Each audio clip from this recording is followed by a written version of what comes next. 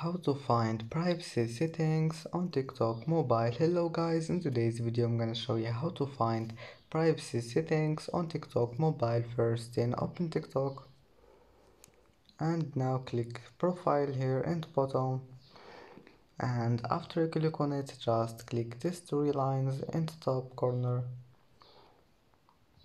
and then click settings and privacy, and here you will find privacy. Just click on it, and as you see here you can manage your account privacy. Just manage here until you want and go back, it will be saved.